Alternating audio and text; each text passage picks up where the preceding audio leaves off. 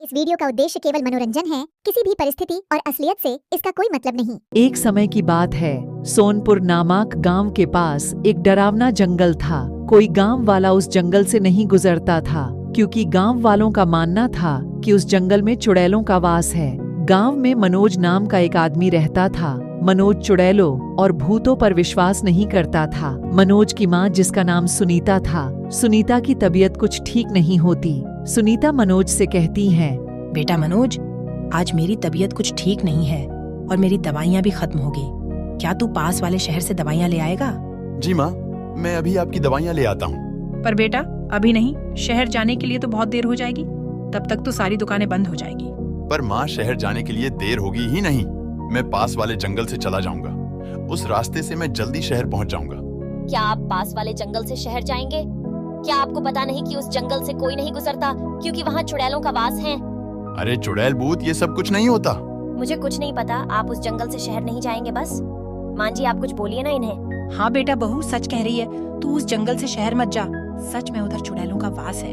कुछ नहीं होगा माँ, मैं अभी जाकर अभी आता हूँ। ये कहकर मनोज शहर जाने के लिए निकल जाता है और उसी जंगल से गुजरने लगता है।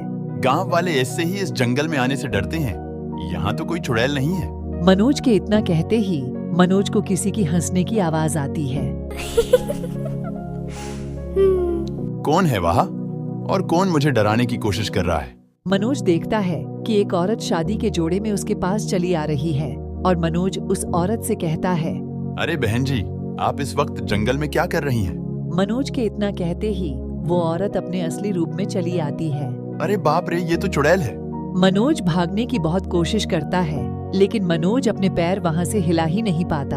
अरे ये मेरे पैरों को क्या हुआ? ये हिल क्यों नहीं रहे?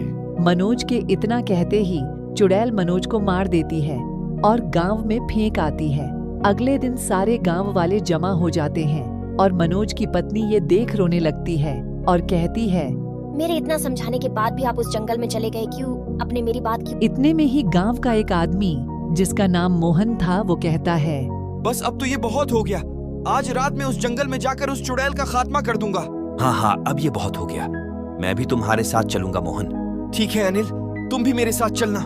गांव वाले मोहन और अनिल को बहुत समझाने की कोशिश करते हैं, लेकिन मोहन और अनिल गांव वालों की एक नहीं सुनते और रात को उसी जंगल में चले आते हैं। और अनिल मोहन से कहता है, अरे भाई मोहन, हमने गांव वालों के सामने बड़ी बड़ी बातें तो कर दी, लेकिन अगर चुड़ैल ने हमारा भी मनोज जैसा हाल कर दिया तो? तू डर क्यों रहा है? हमने हथियार लिए हैं ना। हम हथियारों से उन चुड़ैलों को मार देंगे। मोहन के ये कहते ही अचानक मोहन और अनिल को पायल की आवाज आती है। तुझे पायल की आवाज आई क्या? हाँ, पायल की आवाज तो मुझे भी आई। ये कहते ही मोहन और अनिल देखते हैं कि एक औरत सामने से उन्हीं की तरफ आ रही है। मोहन उस औरत से कहता है, अरे आप इतनी रात को इस जंगल में क्या कर रही है? आपको पता नहीं इस जंगल में चुड़ैलों का वास है? मुझे कैसे नहीं पता होगा। ये कहकर चुड़ैल अपने असली रूप में आ जाती है।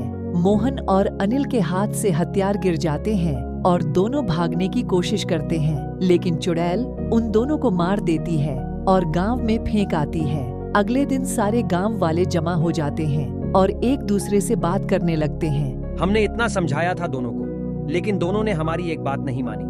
अब देखो, चुड़ैल ने इनका भी मनोज जैसा हाल कर दिया। कुछ देर बाद गांव का सरपंच पंचायत बिठाता है और कहता है, हमें उन चुड़ैलों का कुछ करना ही होगा, वरना एक एक करके हम सब मारे जाएंगे।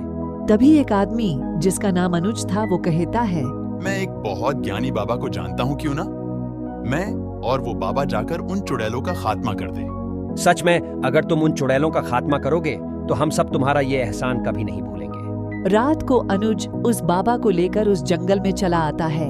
बाबा और अनुज के जंगल में आते ही एक एक करके सारी चुड़ैलें जमा हो जाती है और बाबा कुछ मंत्र पढ़ने लगता है और चुड़ैलों से कहता है, तुम सब क्यों किसी को इस जंगल से गुजरने नहीं देती हो और तुम हम इंसानों को क्यों मार रही हो? ये जंगल हमारा इलाका है और यहाँ से कोई इंसान नहीं गुजर सकता। अगर कोई गुजर भी गया तो हम उसे मार देते हैं। हमें इंसान बिल्कुल नहीं पसंद। आज हम इंसानों की वजह से ही यहाँ भटक रहे हैं। आज तक हमें मुक्ति नहीं मिली। इंसानों की वजह से कैसे? जब हम जिंदा थे तो हम किसी से बहुत प्यार करते थे और वो भी हमसे बहुत प्यार करता था। जब हमारी उसके साथ शादी हुई तब हमें पता चला कि वो हमसे प्यार नहीं करता था, वो बस हमारी जान लेना चाहता था। उसने हमें शादी वाली रात को ही मार दिया और हमें इसी जंगल में दफना दिया था। इस वजह से हमें आज तक मुक्ति नहीं मिली और इन सबको भी किसी न किसी ने धोखे से मार दिया और इस जंगल में दफना दिया था। इसी वजह से हम इंसानों को मारते हैं। और अब तुम दोनों की बारी है। चुड़ैल के ये कहते ही बाबा जोर जोर से मंत्र पढ़ने लगता है और बाबा और अनुज वहां से भाग जाते हैं और दूसरे तरफ गांव वाले आपस में बात करने लगते हैं। लगता है अनुज और बाबा को भी चुड़ैलों ने मार दिया। लगता है अब कल उन दोनों की भी लाश मिलेगी।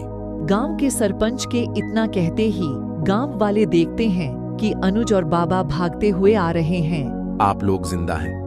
हमें लगा था कि चुड़ैलों ने आपका भी मोहन और अनिल के जैसा हाल कर दिया होगा। क्या आपने उन चुड़ैलों को खत्म कर दिया? नहीं, अभी वो चुड़ैलें खत्म नहीं हुई। हमें उनको मुक्ति दिलानी होगी, तब तक वो उस जंगल से नहीं जाएगी। पर बाबा, हम उन्हें मुक्ति कैसे दिलाएंगे? मैं एक जादुई दुनिया में जाने के लिए चक्र बनाऊंगा और तुम्हें वहां जाना होगा और तुम्हें वहां से पवित्र जल लाना होगा। मैं वहां नहीं आ सकता क्योंकि मुझे यहां रहते हुए मंत्र पढ़ने होंगे। ठीक है बाबा, मैं जाऊंगा उस जादुई दुनिया में। लेकिन तुम्हें एक राक्षस से सामना करना होगा। उसके पास जादुई शक्तियां होगी। मैं तुम्हें कुछ मंत्र बताऊंगा जिसे तुम्हारे पास भी जादुई शक्तियां आ जाएगी और तुम उस राक्षस से सामना कर पाओगे। ये कहकर बाबा जादुई चक्र बना देता है और अनुज उस जादुई चक्र में चला जाता है और अनुज को पवित्र जल दिख जाता है। अनुज जल लेने ही वाला होता है कि अचानक वहां राक्षस आ जाता है और अनुज को अपनी जादुई शक्तियों से नुकसान पहुंचाने लगता है। अनुज उस बाबा के बताए मंत्र से उस राक्षस को हरा देता है और पवित्र जल लेकर अपनी दुनिया में चला आता है और बाबा अनुज से कहता है, ले आए पवित्र जल। जी बाबा, ले आया। पवित्र जल लेकर अनुज और बाबा उसी जंगल में चले आते हैं और पवित्र जल जंगल में डाल देते हैं और सारी चुड़ैलों को मुक्ति मिल जाती है। अनुज और बाबा ये बात सारे गांव वालों को बता देते हैं और सारे गांव में खुशियां आ जाती हैं और सब उस जंगल से गुजरने लगते हैं।